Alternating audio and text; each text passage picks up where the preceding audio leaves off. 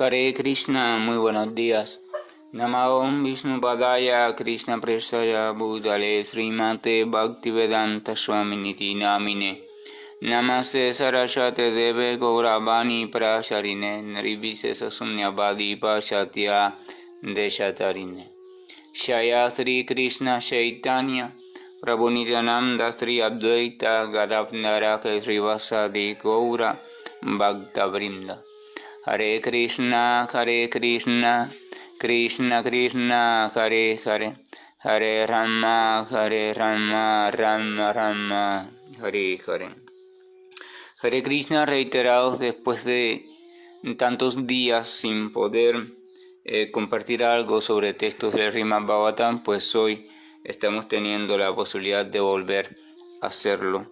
Bendita posibilidad que al menos en anhelo debe siempre permanecer en nuestro corazón, y así como digo textos del Srimad Bhagavatam, también digo textos bíblicos, textos del Corán, textos que nos den noticias sobre lo absoluto y que estas noticias hayan sido verificadas y aprobadas por grandes personalidades desde el punto de vista de la autorrealización espirituales y que puedan dar ellas crédito de eso.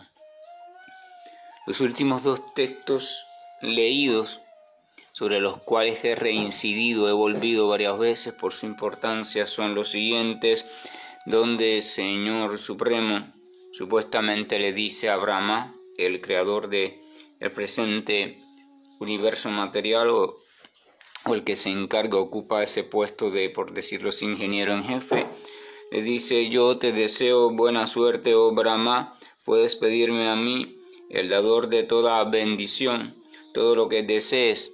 Has de saber que la bendición máxima que se obtiene como resultado de todas las penitencias es la de verme a mí mediante la iluminación personal. Ese es un texto, y el siguiente decía: el ingenio más elevado y perfecto consiste en la percepción personal de mis moradas, y ello ha sido posible debido a tu actitud sumisa en la ejecución de severas penitencias conforme a mi orden. En estos dos textos hay algunos puntos claves sobre los cuales debemos, o al menos se sugiere que reflexionemos una y otra vez, porque hay una esencia comprendida en ella que orienta también de un modo claro el sentido de los mismos. Vamos a ver que en el primer texto habla de la bendición más máxima, o la más elevada, la más perfecta, o sea, la gran y perfecta bendición consiste en verme, o sea, lo absoluto. Este verme vamos a recordar que está traducido al español, por tanto, desde el punto de vista del sánscrito, es más amplio que el verme con los ojos, o sea, es el término de percibirme, percibir conscientemente, percibir detalladamente a lo absoluto, y este detalladamente incluye después no solo la percepción del presentir, sino del sentir, evidentemente, o sea, la personificación de lo absoluto. Dice: percibirme mediante la iluminación personal. O sea, iluminación personal, esto lo vamos a dejar ahí tranquilo en nuestra mente personal. El término personal alude, por supuesto, a una experiencia propia, a una experiencia realizada en uno mismo. El segundo texto habla de parecido, pero habla ya del ingenio más elevado, consiste en la percepción personal, vuelve al término percepción o toma de conciencia, vuelve a la alusión de lo personal, o sea, de la realización en uno mismo o en el propio practicante, la percepción personal de mis moradas. El término moradas, también traducido por supuesto, un término en español que se encontró como el más cercano al término en sánscrito, o al término en inglés que traducía al término en sánscrito. Entonces también se entiende desde el contexto védico, incluso desde el contexto islámico, de diferentes modos de vivir la relación entre la chispa viviente o la chispa consciente y lo absoluto o la totalidad, conocida también como lo trascendente o el Señor trascendente. O sea, en cada morada no es más que una realidad donde se evidencia y se vivencia un tipo específico de relación entre la chispa viviente y el todo absoluto o el Señor amoroso absoluto. Desde el punto de vista védico, estos tipos de relaciones están caracterizados por diferentes tipos de afectos y sentimientos, donde todos son matices diferentes de un mismo amor o del amor puro por Dios. Son varias las clasificaciones, pero 5 son las más empleadas, llamadas también los rasas o ese sabor que se deriva, ese gusto que se deriva de la relación. El santa rasa o la relación que ocurre de un modo neutral, donde hay una percepción pero todavía no hay un sentimiento expuesto de amor. Sí se sabe, se percibe lo absoluto, se tiene conocimiento de ello en cuanto a su existencia y se siente por supuesto asombro porque se le percibe como lo inmenso, lo total, lo desconocido. Santa rasa o una relación de neutralidad se queda allí. Entonces, después viene la relación de servidumbre, donde ya hay cierto acercamiento y hay cierto conocimiento sobre lo absoluto, pero el respeto entonces predomina sobre todo. Lo demás va asomando ya, pero ya no es imparcial, ya no es neutral como el Santa Rasa, ya hay una actitud de servicio, hay una actitud de querer ponernos en función de eso absoluto o al servicio de lo absoluto. Entonces después ya hay una madurez y viene el Sakya Rasa o el sentimiento de amistad. O sea, el amor se va manifestando en forma de amistad o al modo de amistad, donde incluye el respeto, el asombro de los estados anteriores, pero se va introduciendo cierta confidencialidad, así como cierto acercamiento, que se traduce en los modos de los tratos entre lo relativo, la chispa viviente y lo absoluto. Entonces después viene la relación filial, es la relación cuando ya se tiene a lo absoluto desde un sentimiento maternal o paternal o desde un sentimiento muy cercano desde ese punto de vista o desde el sentimiento de hijo. Por ejemplo, en el caso de Jesús de Nazaret se mantienen los 3 estados anteriores, pero ahora se añade un estado más porque viene el estado, por ejemplo, en el paternal y maternal de protección, de guía, de autoridad. O sea, ya no el absoluto, no te, en el sentido no es el que dirige, el que protege. Ahora tú te sientes cuidador, te sientes comprometido con el cuidado, con la educación incluso de lo absoluto, personificándose como aquello que está bajo tu cuidado y protección, y por tanto él se te muestra frágil, se te muestra delicado y tú puedes manifestarte en ese sentido.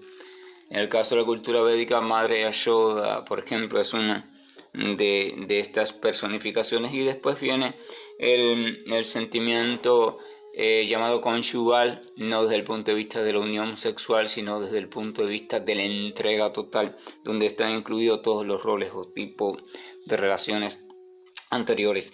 Entonces cada una de las moradas, también esto se concibe así en el Islam, las moradas del Señor.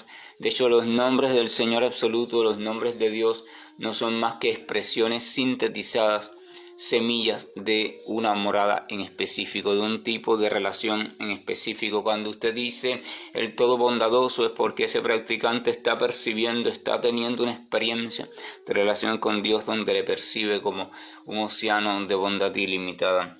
Cuando dice el todo compasivo, cuando dice el que lo sabe todo, cuando dice lo que sea que diga, es resultado de un tipo de relación que ese practicante está viviendo y por tanto un tipo de morada a la cual o de espacio, relación al cual está accediendo en su práctica y de acuerdo también a sus características y peculiaridades personales. Vamos a ver que en ambos casos, volvemos al tema, se habla de realización personal. Esto es importante, realización personal. Las escrituras, y esto lo hemos propuesto en varias ocasiones, las escrituras y también diferentes tipos de narraciones orales o registradas escrituralmente, nos dan noticias. Realmente funcionan solo o solo pueden funcionar a modo de noticias, no pueden hacer nada más que ser noticias de aquello que es trascendente, que está más allá por ahora de nuestro campo consciente, o sea, la realidad trascendente a las relatividades del falso ego o las falsas identificaciones a partir de las cuales y sobre las cuales construimos nuestras realidades o lo que llamamos nuestras realidades. Ahora, ¿qué pasa con las noticias? Que las noticias pueden dar o incluso pueden proponer también métodos de acercamiento a esas realidades, pero las noticias de algo y las propuestas de métodos que esas noticias también traen para acceder a ese algo, simplemente tenemos que verlas como una parte del asunto, y de hecho como solo el principio del asunto.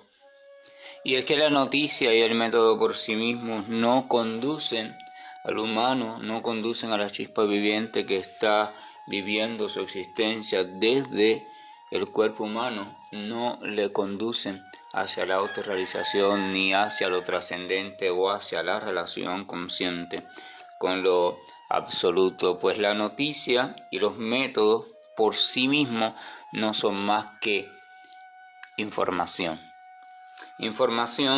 que ha sido armada o construida basándose en diferentes códigos según la cultura, las épocas, el propósito, etcétera, etcétera, pero a fin de cuentas, información. Y es que la noticia debe de tener ciertos requerimientos y el método también debe tener ciertos requerimientos.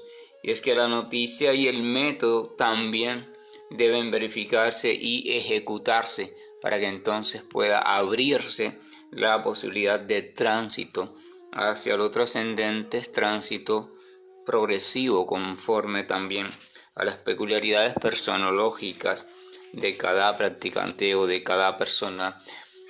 Cuando hablamos de una noticia, cuando usted recibe una noticia, se entiende que la noticia en sí misma, y esto también lo hemos mencionado, no es el hecho, no es la realidad, no es nada.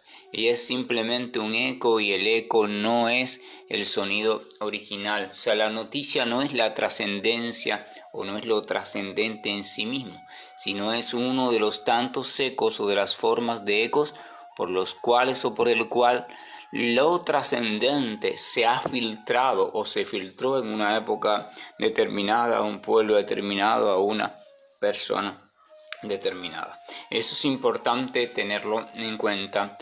Que cuando uno acepta la noticia como trascendente, como eco de lo trascendente, la noticia adquiere una connotación trascendente, pero por esa aceptación, no porque lo sea en sí mismo. Eso también es importante tenerlo en cuenta. Ahora, ¿qué pasa cuando nos encontramos con una noticia? Cuando nos encontramos con una noticia nos estamos encontrando como con una puerta, pero la noticia no es la puerta. La noticia es como el cartel indicativo que hay, el rótulo que hay en la puerta. O sea, dice supuestamente hacia dónde nos debe dirigir esa puerta, pero la puerta está cerrada. O sea, tenemos entonces la posibilidad de que el rótulo sea cierto, o sea, lo que dice ahí es hacia dónde podemos llegar. Que el rótulo sea falso también es otra posibilidad.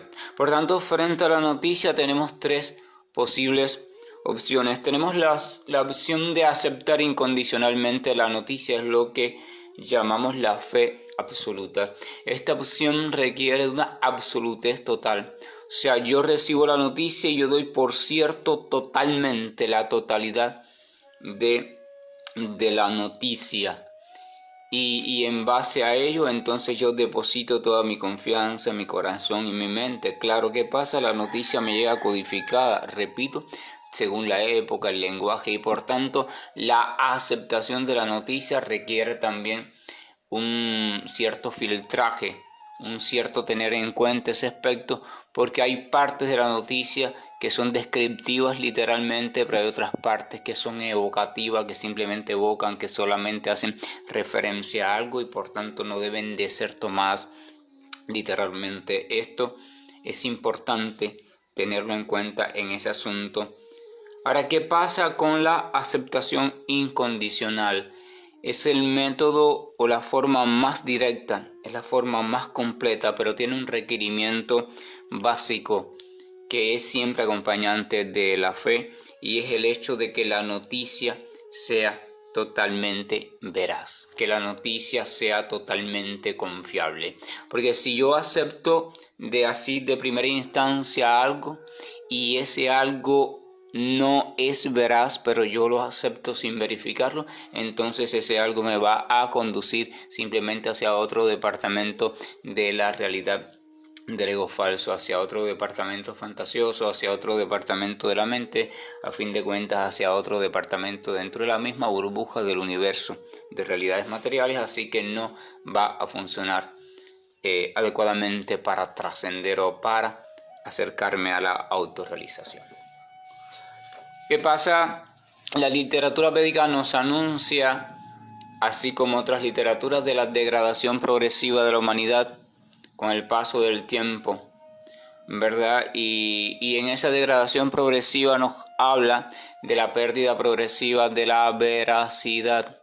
Por tanto, la confiabilidad va a ser cada vez menos adecuada.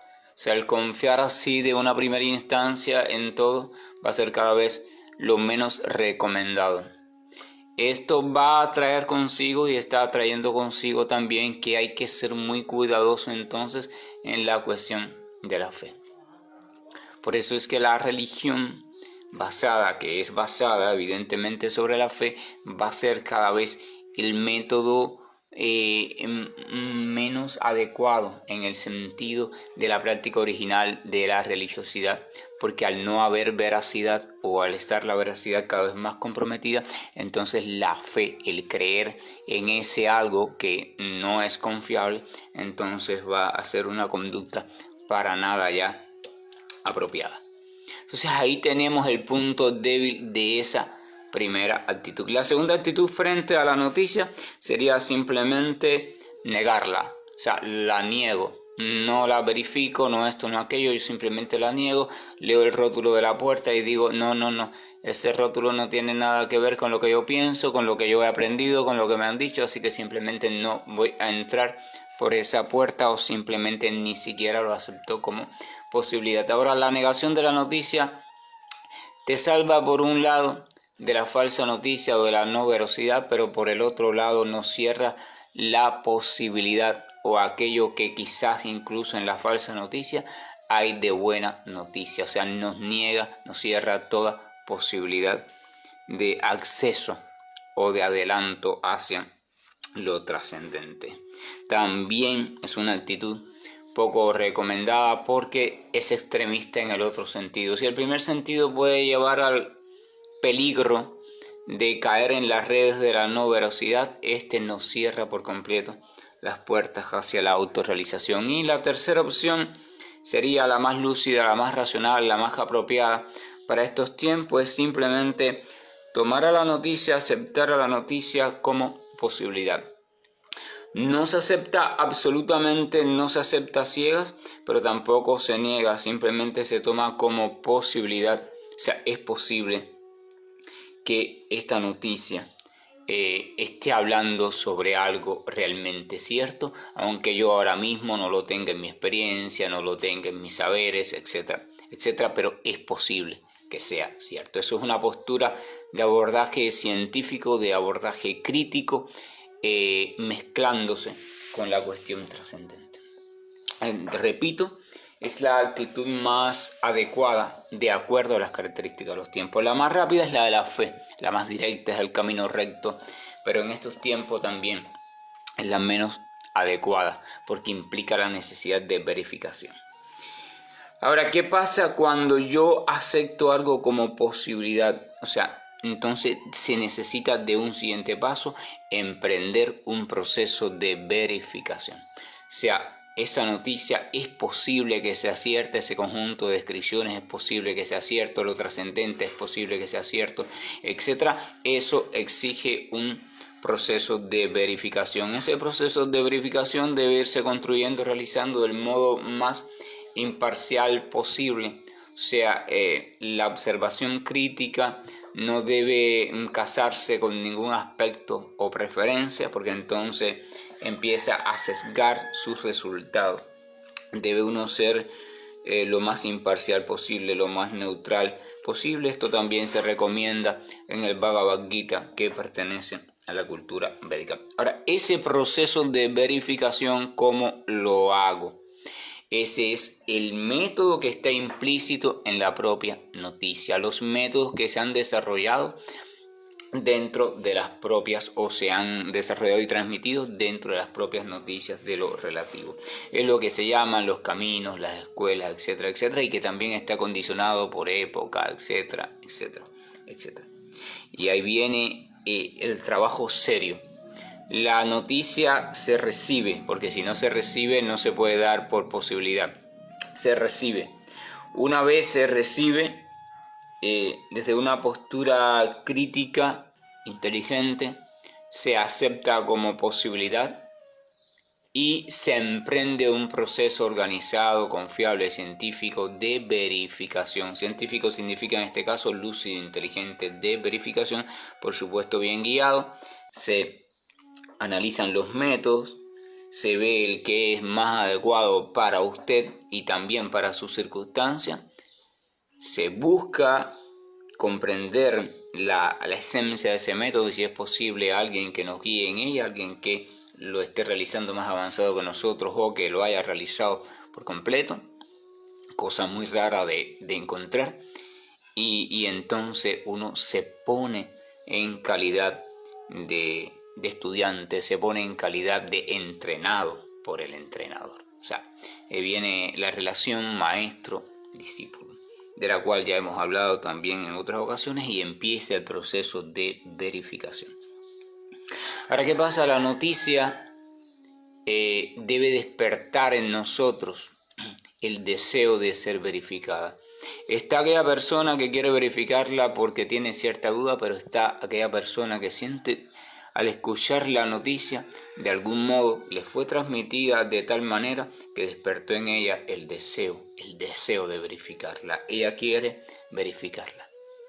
Ya no es por una duda científica, sino es por un sentir más profundo.